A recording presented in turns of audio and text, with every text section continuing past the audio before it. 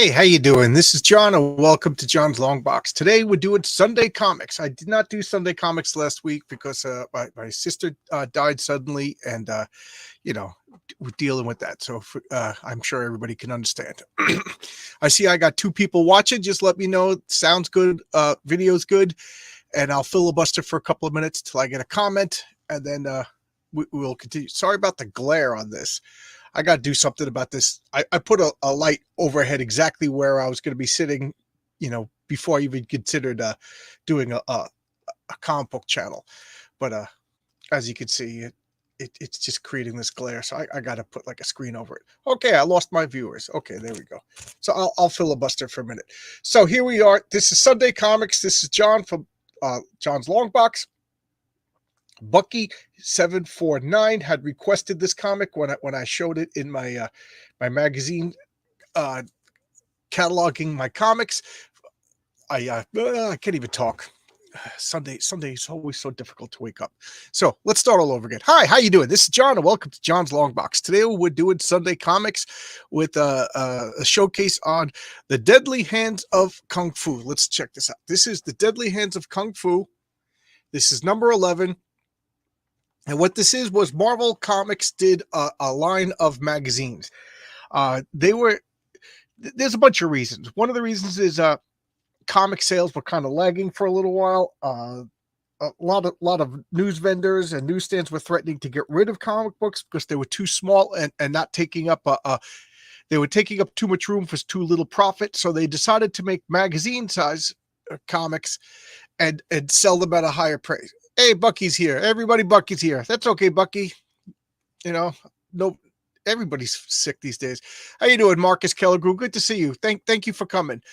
How's the video? How's the sound? Everything look good? Sound good? Okay, so Marvel experimented with these magazines, and I've heard conflicting reports. I heard that they saved Marvel. I heard that they didn't make a difference. But all I know is I was not allowed to get these as a kid because all the news vendors would put these magazines on the same shelves where the Playboys and Hustlers and Penthouse were. So I wasn't even allowed to go near them. So I don't know what happened. Everything is okay. Okay, cool. Thank you, Bucky. So I don't know how it happened, but I bought a collection of magazines. I'm going to say around 2010. And I remember getting them for a steal. And I got like 2 magazine-sized boxes full of Marvel magazines. And man, I'm so glad I did because it's got like the first appearance of Star-Lord, Savage Sword of Conan's and stuff like that.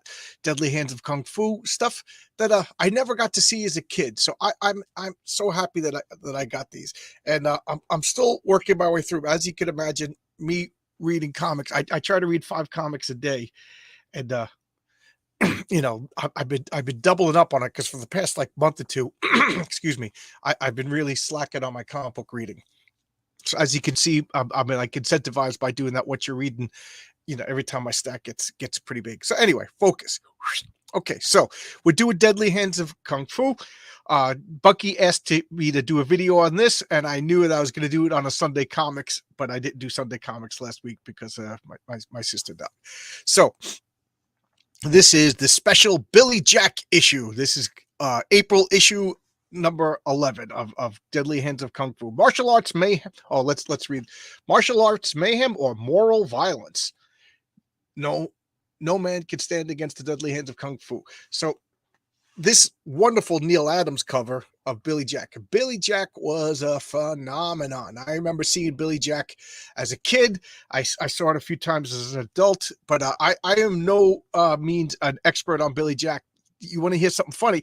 I didn't even know until I looked it up on Wikipedia that Billy Jack was a character in another movie before Billy Jack came out.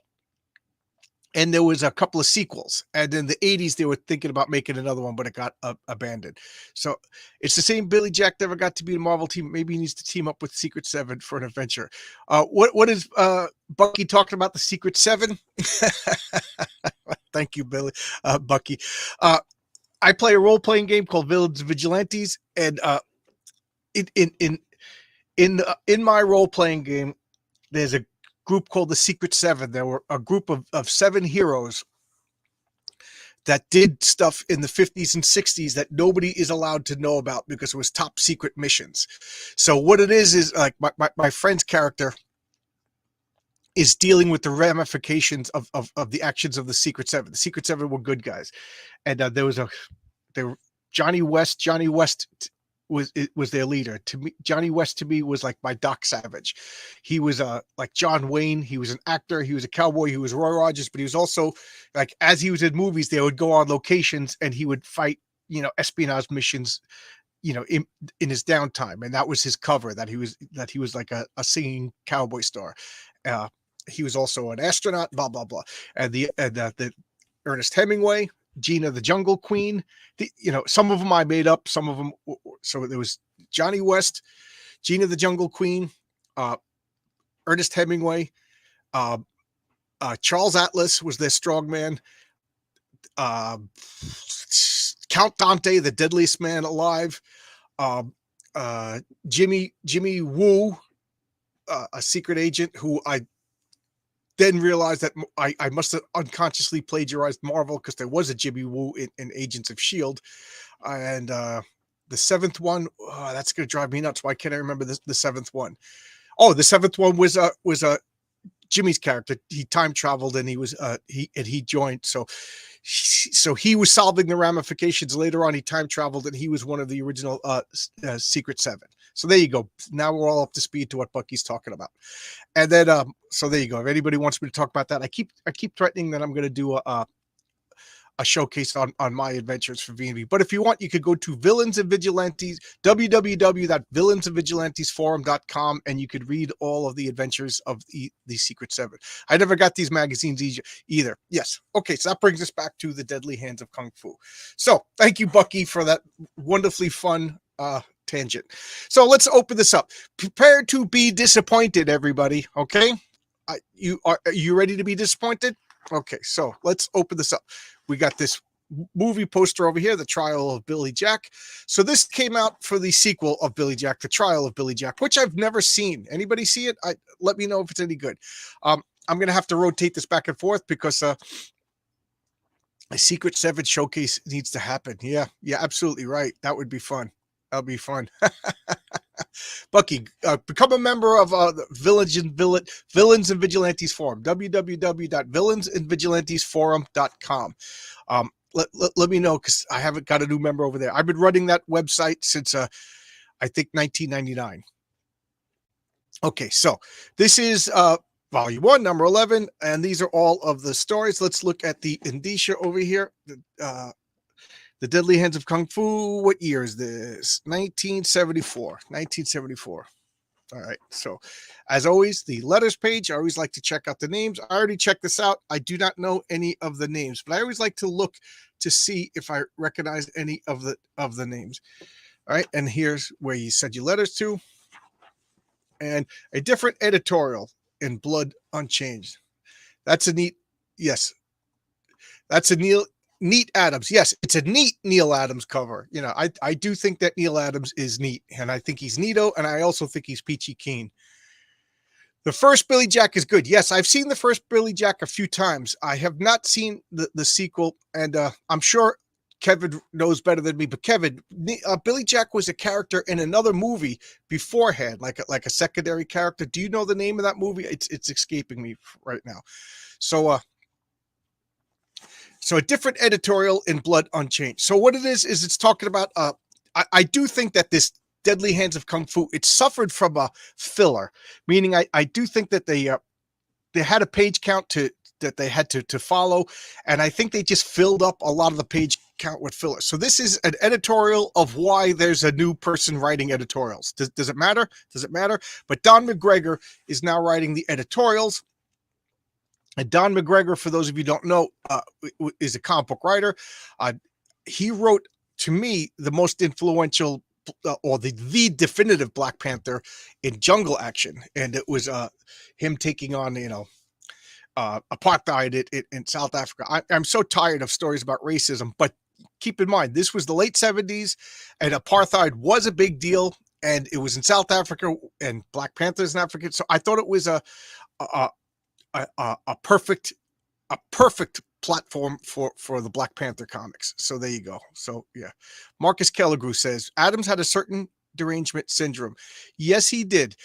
He also believed in the expanding Earth, that the molten core of the Earth was putting out heat, which was causing the Earth to expand. So overpopulation was not going to be a problem because, it's the he believed that the plate tectonics, that the plates, the continental plates, weren't just drifting, on like floating on magma, like current scientists believe. He believed that the reason why they were breaking apart is because the Earth was expanding.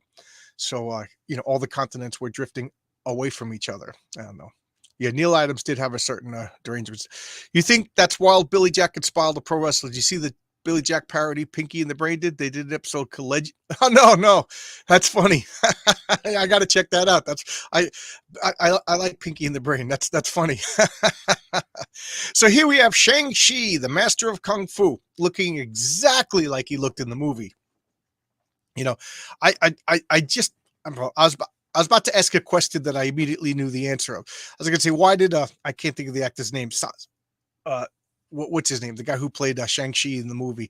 Why did he take the role if he's embarrassed by the character? The character was racist. There's a racist caricature, and that he takes the role. But money talks. I guess I would take the role of Mary Jane Watson for the money too. You know what I mean? Granted, I look nothing. So here he has Shang-Chi. So that Shang-Chi, he wore the robes and everything like that. He walked around, he had a superhero costume. Superhero costumes are goofy. What do you want me to say? So I would love it if whatever his name is dressed up like this. But so he's just walking by a college campus, and here we got this left-wing radical, and he's yelling and screaming about politics on campus, and he's just yelling and screaming. Well, I could play Dr. Druid. There you go. I'll play Dr. Druid. Yes. And Dr. Druid was and was it Andromeda or Nebula that was manipulating him? So yeah, I'll play Dr. Druid, and I get to make out with Karen Gillian. That would be excellent. Okay. So now this guy's just talking about politics. Zeus, there you go. Zeus, I want to play Zeus. I want to play Odin. You see my picture with the eye patch. Odin's my favorite character from mythology. I'm going to so he wants to speak to the administrators, or I'm kind of off the screen over here, and just college politics. It's happens in every decade. It's happening now. It's just a thing of college. And believe it or not, I'm actually pro college politics. Doesn't matter which side. I like the fact that you could go to college and yell and scream. Yell and scream. If you're Neil Adams, you go to college and you yell and scream about the expanding Earth. If you're this freak, you scream super duper left wing politics about fascists and capitalism and all the bad things. And also you get to go and you get to say pro Trump things. That's the way college campuses should be. You should be exposed to all radical ideas, crazy, non-crazy, your side, their side. And unfortunately, that's not the way it is today. One side's not allowed to talk. So now he's reflecting. So this is typical of the Shang-Chi stories of this time. Problem presents itself, and Shang-Chi does this inner reflection. And where is he? He's in a temple with Chow Lin, who is a disciple of Fu Manchu, and he's studying his martial arts. And he's fighting and beating up people because that's the way, that's what you do in a martial arts temple.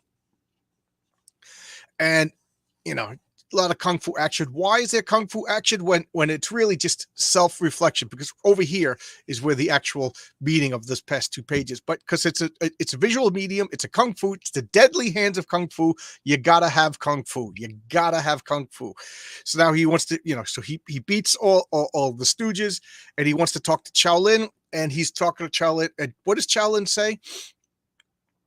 You're gonna have people that disagree with you. People are going to be, he goes, but you got to decide when to get involved and when not to get involved. You can't fight every battle.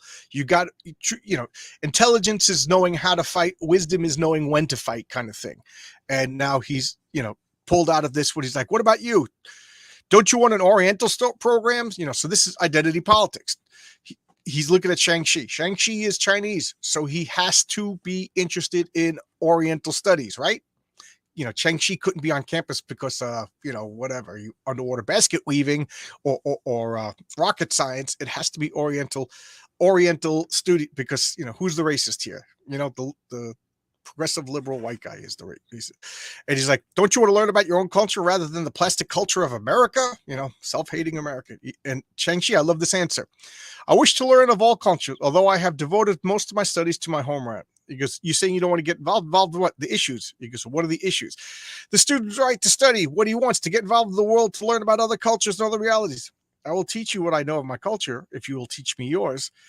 And then what does he say? Look, wise ass, we don't need your kind of campus. You know what I mean? So he's like, yeah, things are fine. I could learn. And he's like, uh-oh.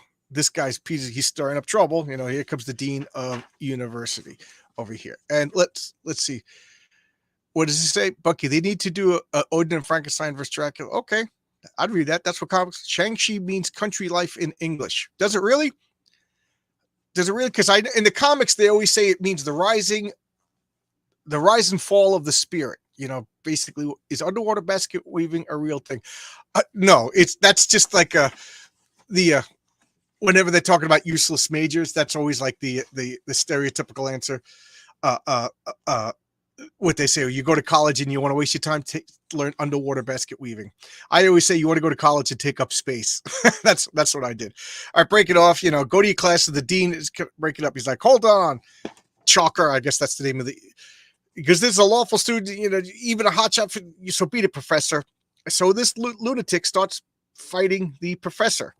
He's like, you don't push me, come along. And he beats the crap out of the professor. So now Shang-Chi is just like, listen, we were engaging in dialogue. It doesn't matter that you dismissed me. It doesn't matter that you didn't listen to me. It didn't matter that you were racist to me. I'm Chinese, so therefore I'm only interested in Chinese studies. He goes, but now you're beating people up and you can't do that. So Shang-Chi just easily beats him up. The guy pulls out a knife and Shang-Chi easily defeats him.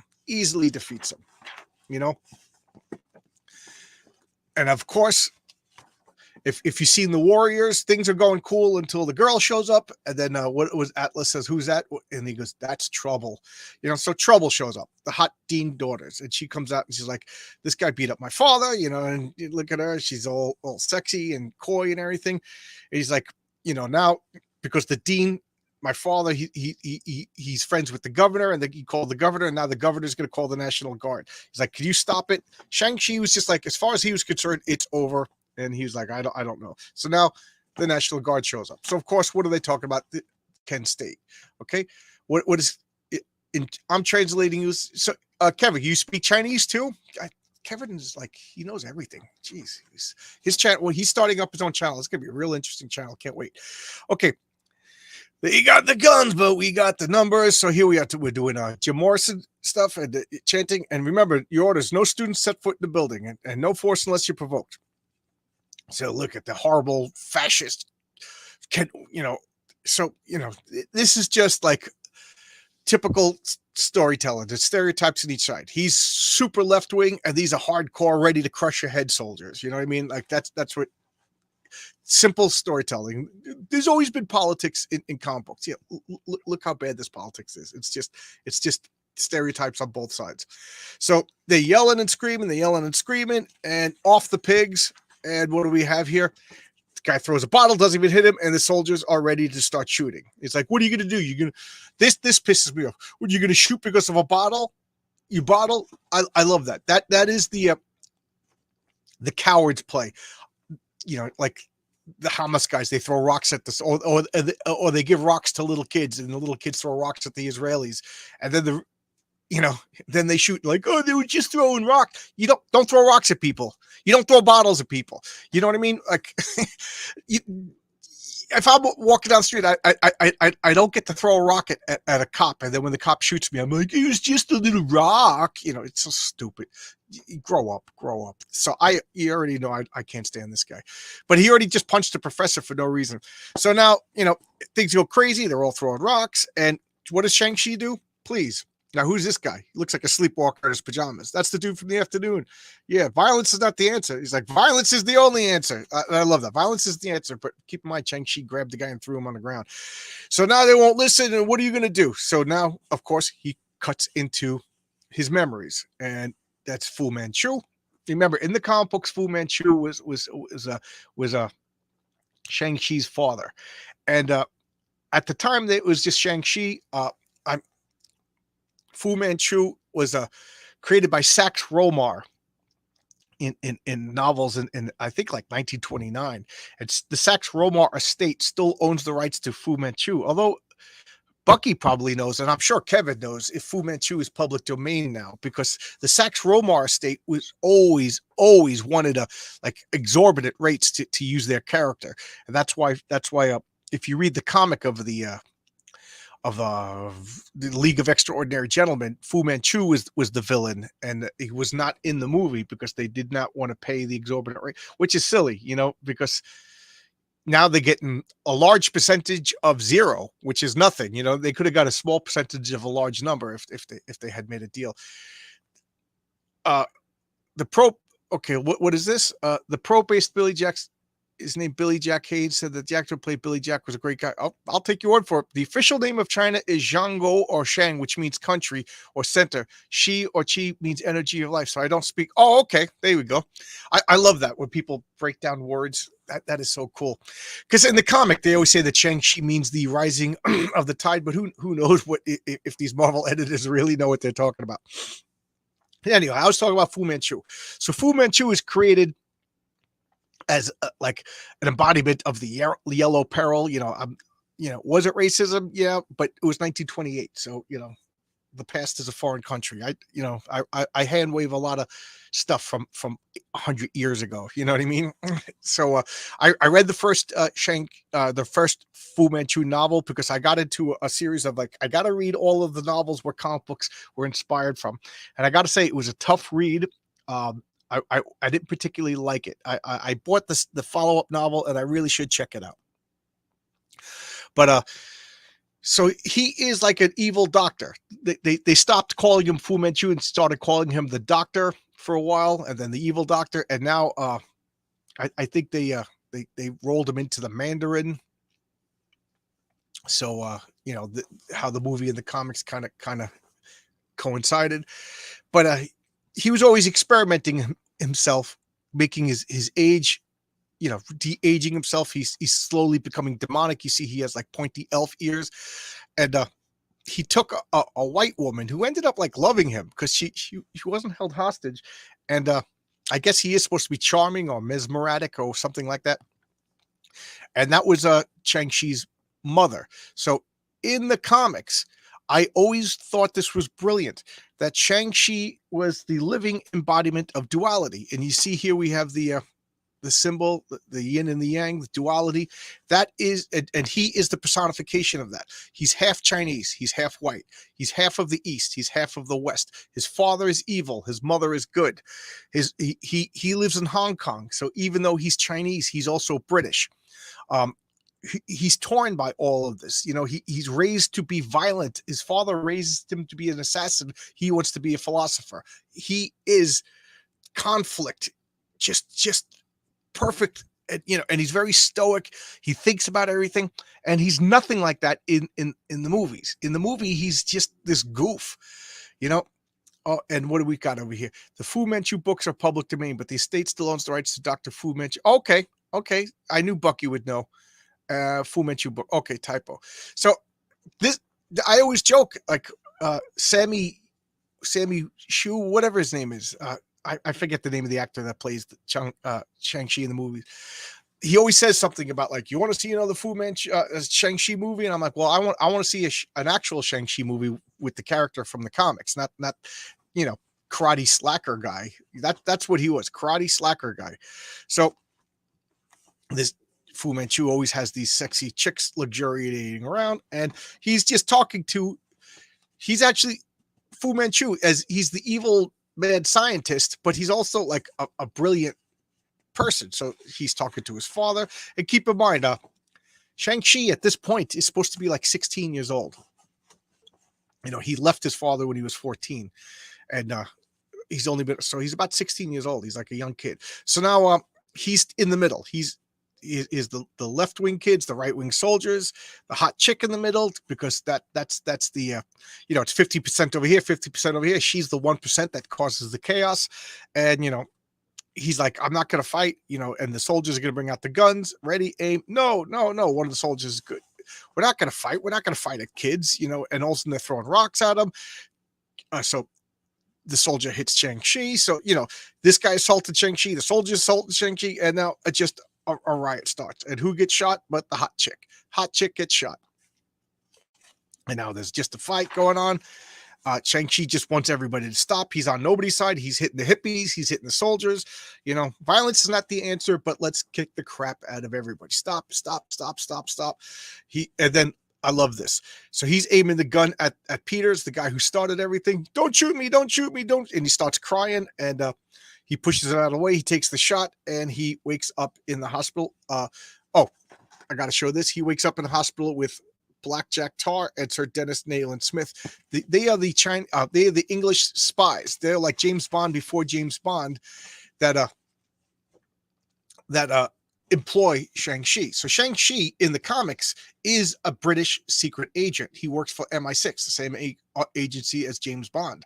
So he is a super secret agent. And he's like, what's going on? You got shot, you got knocked out, blah, blah, blah, blah. And he says, I got involved because of an issue. Now, he got involved because of the hot chick. He let his emotions and his affection for this girl get him involved in something that he should have walked away from. Da, da, da, da, da, da. All right. So, okay, the story from the books are public to me, but supposedly Sachs has the trademark, but that's not true. I ran a check. Okay, so what does that mean? What does that mean, Kevin? I've seen the whatever episode of the Castle of Fu Manchu, and that was a weird episode.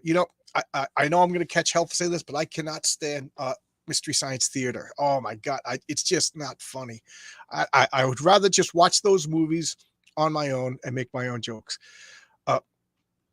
Likely the reality is Marvel works with Roma State and got permission to do a Shang-Chi omnibus. Okay, yep, probably. My source are wrong. The internet is not perfect. What do you mean? Everything on the internet is true, Bucky. Everything on the internet is absolutely true. Oh, I already showed that.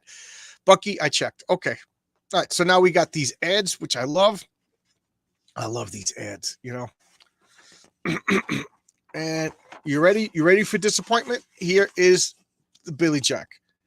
So it's an article written by Dan McGregor. It's not a Billy Jack comic book. It's just a stupid article talking about the making of the movie, the cultural impact of the movie, but it's not. There is no cool Neil Adams artwork except for the cover. You disappointed? I know I was. I was super disappointed, and they make these big. I love that. I just go berserk. That's the big line. The hot chick. Because again, you need a hot chick to get your emotions going, to get involved. Gus Gray Mountain was the only one able to end the senseless slaughter of students. All these pictures, and to me, they're just filling pages. They're filling pages. They got you to buy it with that wonderful Neil Adams cover, and it's. I love Dan McGregor. I love this picture. It looks so awkward in a still, right? Like you could just tell that the guy was acting and ready to take that kick, and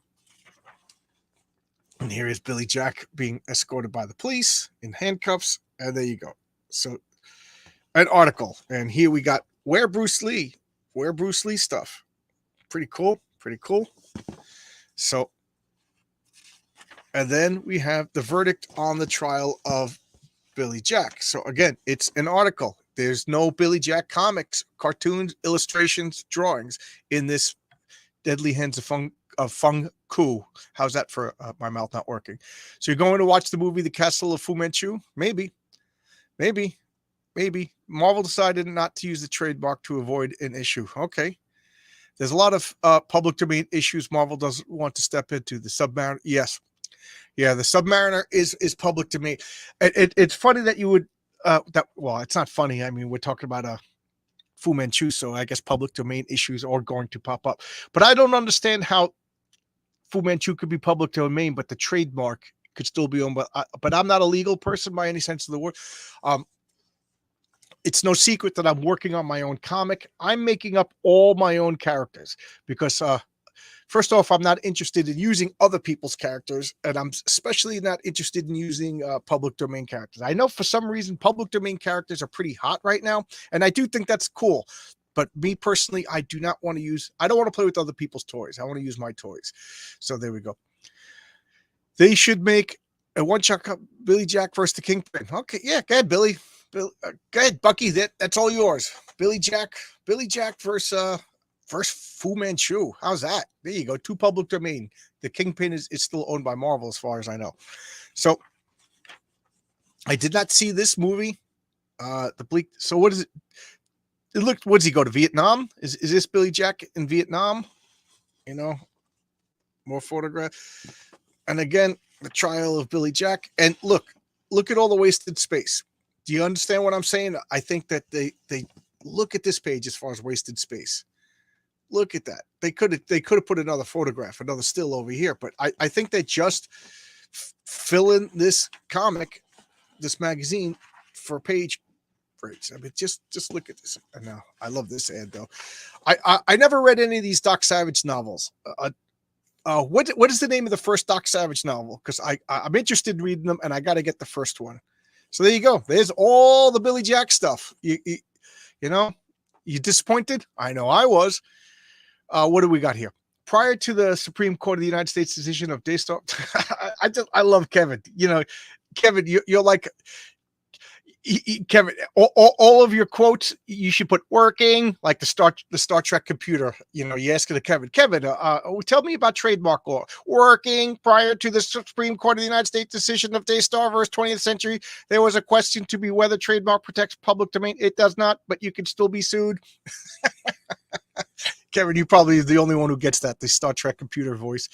That's a shame. I would love to see you take on the Golden Age hero 7-Eleven. Wow, that's the first I ever heard of it. Bucky, could you either put a community post in your channel or my channel about the 7-Eleven? It's the first I've ever heard of it. It's kind of a cool name. Is Billy Jack public domain? I would my unenlightened, ignorant, stupid guy decision would be no, because it's the life of the author plus 70 years. So I would imagine that the guys who created Billy Jack are still alive. And even if they're not still alive, it hasn't been 70 years since the movie, right?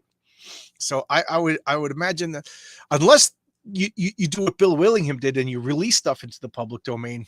But so the first Doc Savage book is called Man of Bronze. Okay. Thank you, Kevin. Working the first Billy Jack. 7-Eleven is basically the spirit, you know, the Man of Bronze. There you go, Kevin. I have given you the Star Trek computer voice, which is Gene Roddenberry's wife, right? So this is the Sons of the Tiger, and if you can see the credits down here, Bill Mantlo, art by George Perez and Tony Zuniga. So this is early George Perez, which is why George Perez kind of like snuck the Sons of the Tiger in a lot of his work later on. As I take a sip of coffee. So what happened the last issue is they got teleported to a satellite where these hooded lunatics are going to take over the world because of reasons. And only the Sons of the Tiger can defeat them. The Sons of the Tiger were 3 kung fu guys. There was a Chinese guy, a black guy, and a white guy. And, you know, it's the Burger King Kids Club, you know, and I just have to laugh because this is 1974. And I think this is 11 issues. So we're talking like 73, and they were probably thought about and created in 72. So we're talking from 1972, they already had a team, black guys, white guys, Chinese guys, all working together to do kung fu and kick ass. So there always was diversity in comic books, but when you're a comic book tourist, you don't know that stuff. Yeah, I'll put commentary post up on 7-Eleven later. Comic Tropes did an episode of, okay, cool. Community typo again. Okay. Don't worry about it. I can't type either. Thank God I'm allowed to edit on Twitter.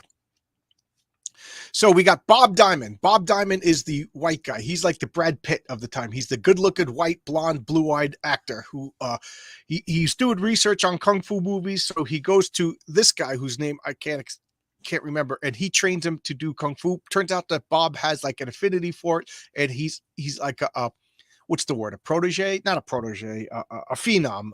He's just a natural talent. Uh, I can't remember his name, but that, you know, and then his mentor gets killed.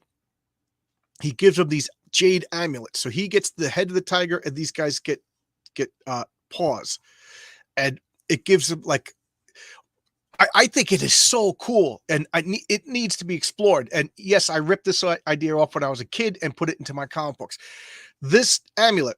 So all three of these people, they correct. So this guy has all the strength and karate powers. And if you were playing my role-playing game, he would have all the abilities of all three of them. So this guy is the strength and kick-ass ability of all three.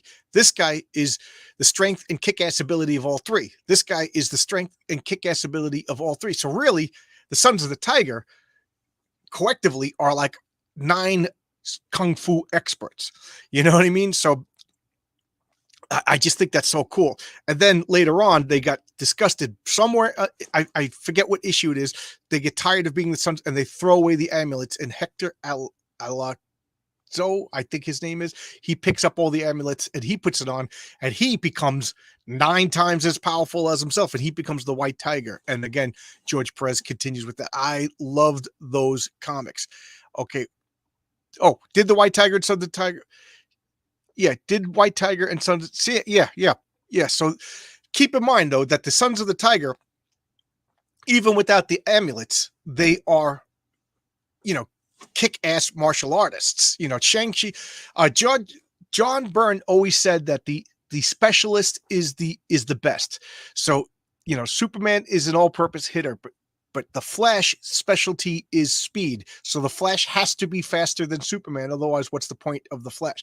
Batman is the world's greatest detective, not the world's greatest fighter. So Batman is the best detective. Richard Dragon is the world's greatest fighter. That's his only thing. So Richard Dragon has to be a better fighter than Batman. Otherwise, what's the purpose of Richard Dragon? So Shang-Chi is the greatest martial artist in the world. The Sons of the Tiger, their thing is that there's 3 of them. So Shang-Chi could beat them all independently, but could Shang-Chi beat them all, you know, 3-on-1? I'm going to say probably not, but who wins? Us, the readers, if we were to see that comic. Okay, Bucky. 7-Eleven's gimmick was that he was a prisoner who escaped from jail to catch it. Then, oh, you know what? I have an anthology of Golden Age characters, and 7-Eleven was in it. I did read that. Now, where did I read it? That's going to drive me crazy. So I do have a story of some public domain characters. That's right. 7-Eleven, that was his prisoner number. Am I correct? They get all the enhanced strength, the speed of a tiger, but the side effect get an uncontrolled to play with yarn. Yeah. If you want to defeat the Sons of the Tiger, you throw a ball of yarn at them, and they will. Oh, you made that up? No, that happens on the next page. You watch. The Grandmaster over here throws a ball. No. So I just love this. So this is, I love this for so many reasons. First off, I have an affinity for the Sons of the Tiger. Second off, I love watching the growth of George Perez's talent. Now look at this panel. This perspective is awful. Okay, so this is the floor. This is them fighting. You know what's going on. It is just awful. But you guys know how I feel about George Perez. George Perez, John Byrne are rotating atom of who's the best superhero comic book artist. And I say superhero because you know there's other genres. You know, George Perez could do science fiction, you know, but I think like for a horror mystery, George Perez, as excellent as he is, I think he just doesn't have that dark moody. I think George Perez is the ultimate superhero comic book artist. And I'm starting to think I'm going to add a third Adam to that mix, and I'm going to say Renzo Rodriguez. You guys have got to see what this guy's turning in for my comic. Oh my God, it's amazing. So look at this. You know, it's a little off. And around this time, see, look at this. You could see the infant work of George Perez, but he's not up to the amazing talent that he becomes, but you could see the beginning of it. And I will say that a lot of this is Tony DeZungi. I always mess up his name. So here's another character that I could play in the movies. I could play him. Okay. The leader of this nameless organization that teleports. Nobody would have known if these guys, well, I take it back. There was a girl. The girl in the last issue, the girl tried to assassinate them. Why? Because they were a possible threat. The girl didn't want to do it. The Sons of the Tiger took pity on the girl, took the girl home, and she actually becomes like a long-term girlfriend of the Chinese character. And if they never sent that girl assassinate them, they never would have found about them. And then they teleport them to. So there's a reason why you never hear from this organization again. They're really stupid. But look at the early. Look at this panel. I love that early George Perez, and definitely heavy Tony DeZungi inks. But this, you can see the beginning of George Perez in this panel. Look at this, like all the backgrounds. Like George is super famous for his detail in the backgrounds, which has ruined me for comic book artists. That's why I'm so glad I got Renzo, because he likes to fill in the backgrounds. But I wouldn't hire too many artists. If Renzo doesn't want to work with me, I don't know if my comic's ever going to come out, because I'm spoiled now. But look at this, George Perez. In some of his first work, this guy whips out a force field. He's beating them up. These spiraling circles for no reason. Just to fill up the background, and he's beating them all. And what is this guy's power? Okay, this guy's power, I'll explain it. He could all of these acolytes, they're all of these tubes, and they're siphoning off their energy and feeding it to him. So the Sons of the Tiger are like 9 times, together they're 9 badass kung fu guys, but this guy's just got the raw strength of what, 1,000 people, and that he's just fighting. He's beating up these guys in the armor, and he's hallucinating. He's seeing this tiger-headed guy who's giving him his blessing, and he's the one that's most conflicted. He's like the leader in heart and soul. He's got the tiger amulet, and it's his heritage. It's his mentor that got killed. You have insulted the honor of my dojo. Prepared to die. It's all him. He's the driving force of the group. So he's seeing these hallucinations because he's struggling. Now, in this panel, you see all 3 of them are realizing that they're starting to think we're not going to survive this encounter, but they all collectively decide that they have to keep fighting. So, you know what I mean? So they're facing their most deadly foe, and they look at it. This guy's just absorbing more and more power. To look at that. That is just an amazing panel. George Perez at his beginning. So let's look at the comments. Funny enough, the modern day superhero Chat Noir can be defeated via laser pointer. He will chase that. Okay. That's funny. He fights evil, then he gets a slushy before he goes back to jail. Yeah, you know what I mean? You go back to jail and then go get a cheese. The villain is basically the living pharaoh. Yeah, pretty much. Right? Isn't that what he does? The living pharaoh, he like siphons off other people's power. So watch. So now he's going to expand this psychotropic power to encompass the earth, so he could get everybody on the earth's power. Although in this instance, perhaps even fast the earth. So he's talking about like, he's going to redo history. What I'm doing is normal. Men have always sought power. Since the first guy killed another person. I will rewrite history. There will be no more war. Look at leaving mankind to its own devices is leading to, and blah blah blah. So he wants to nuke the earth, so have them start out as savages, and then he's going to step out and take over the planet as the leader. So that I gotta say, out of all the bad guys' plans, this is the kind of plan I'm like, all right, nuke the earth and start over. I'm with you at that one. Yeah, and this is kind of interesting over here, because this woman is obviously naked. She's obviously naked, but I think they erased some details because I don't think Marvel was ready to commit to this adult magazine. Because it's funny, because in the original Savage Tales, issue number 1, John Buscema and Stan Lee wrote the Femizons, and there was topless chicks running around in that magazine. And then the Deadly Hands of Kung Fu, you know, they kind of gloss over the female nudity. You know, I'm not a prude. I don't want to see graphic sex or anything like that, but this particular panel, I think this would make sense to have that, but whatever. So now he's typical villain. He tells his whole plan. He goes, you know, the survivors after the nuclear blast, they'll accept me as their god and I will rule them all. Yeah, Abe. Abe is the Abe Lincoln. No, not Lincoln. Yeah, something like that. Abe something is the black guy's name, and I forget the Chinese guy's name, whatever. Somebody could look. I'm sure Kevin knows. The living pharaoh is like the living mummy, but naked. I'll ask you. The living pharaoh. The living pharaoh is an old X-Men villain who absorbs the energy and grows to giant size. Yes. The living. And then he became the living monolith, right? The living pharaoh. He became so big, he became the living monolith. And that's like the first Marvel graphic novel, the living monolith. So now he punched them so hard, they go flying over the tubes, and like he's just toying with them. And he's opening them up.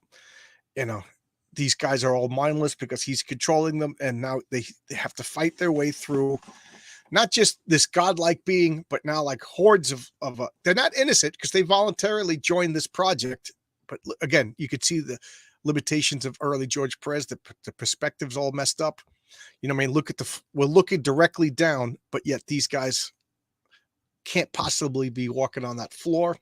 You know, but that's, and I'll talk about that in a second. So we do what we must. Again, these guys, they're on a space station. They've been teleported. They don't know how to get home. This guy wants to nuke the Earth. The stakes are too high. They are ready to die. So what do? They do the cool chant. When the 3 are called and stand as one, and as they'll fight, there will be done, for each is born anew, the tiger's son. And when they say that, it's like Voltron pulling out his sword. They get amped up, they get powerful, and then they just beat the crap out of everybody. It's like, you know, when they do that chant, it activates the power, and I think they get a power boost. So now look at them. They're just beating the crap out of everybody. You know, they're just beating and as they beat the people, he's losing power. Each one gets knocked out. He gets weaker and weaker. So now for Master Key, and they kick him through there's outer space right here. There's just like an energy field that protects him. It's like an energy, bulkhead airlock, and they kick him through the thing, and he just dies in space. And all the people whose energy that they conveniently turn to dust. You know, dust to dust. You know, nothing at all. This is our natural state, dust. You know, he wanted to reduce everybody on Earth to dust, and now the next issue, James Bond is back, and they're going to do the same thing. It's going to be an article about James Bond. So this is Marvel presents Man Gods. This is another Marvel preview was another Marvel magazine. It actually had the first appearance of Star-Lord, which I showcased. If you watch one of my Sunday comics with Star-Lord in it, you see how Star-Lord was basically a villain at first. You know, he was a lot different than the generous way they presented him in the Guardians of the Galaxy. He was really a jerk, like murdering people and stuff to become Star-Lord, just so he could kill aliens who killed his parents. Then he kind of chilled out. But this has a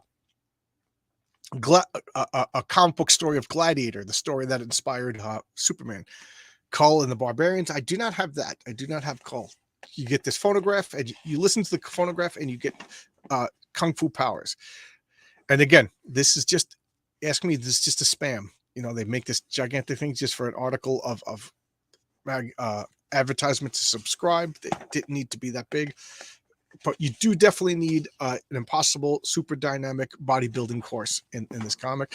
And then I love this advertisement to get these cool looking masks, monster masks, horror magazines, more advertisement for stickers. You get the old Marvel sticker book that they just republished. I really do like this. And more advertisements. This is really cool. First off, posters over here. Second off, posters of these, and then Planet of the Apes. And then I just love all that. More karate ads. Oh, I skipped a page. Oh, more letters. Oh no, this is the last of the Billy Jack by Don McGregor. You know, and what do we have here? Cash for prizes, and then this, and then we have this ad. So I'll leave it on the. So around this time, George Perez, I forget who it was, but the one of the Marvel editors might have been Marv. Oh yes, it was Marv Wolfman. How's that for funny? Marv Wolfman, editor in chief. Marv Wolfman. For those of you who don't know, Marv Wolfman and George Perez did the new Teen Titans. I think one of the greatest comic book runs of all time in all comic books. Marv Wolfman told George Perez, "Unless you get better, you're fired." Marv Wolfman told George Perez, "Unless you get better, you're fired." So George Perez panicked. He's like, "I can't be fired."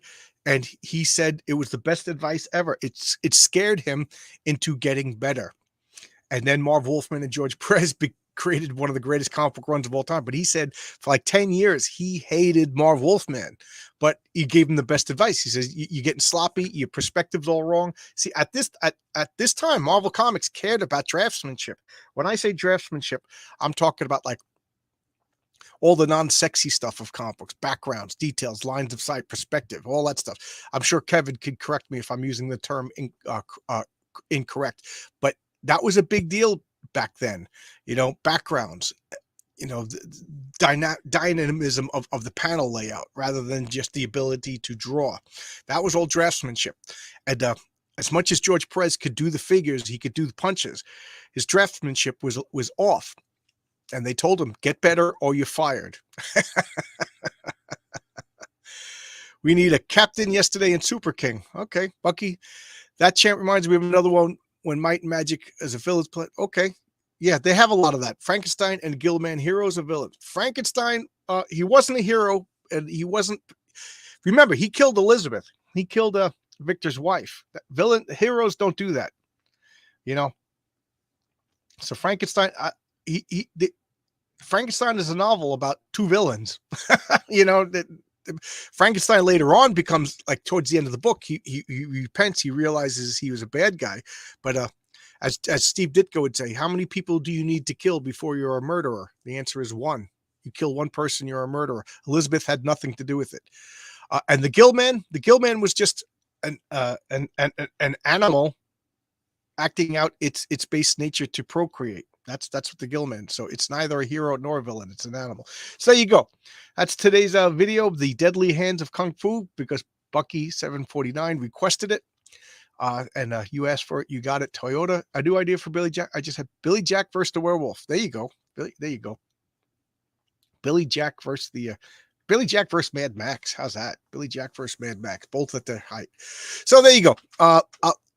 I usually go for an hour, but I'm kind of done right now. So, you know, if anybody wants to ask questions, anybody wants to say anything, anybody wants to talk about anything, you know, we'll stay on until the chat dies. I got four people. Who else is in the chat? I know Kevin's in the chat. I know Bucky's in the chat.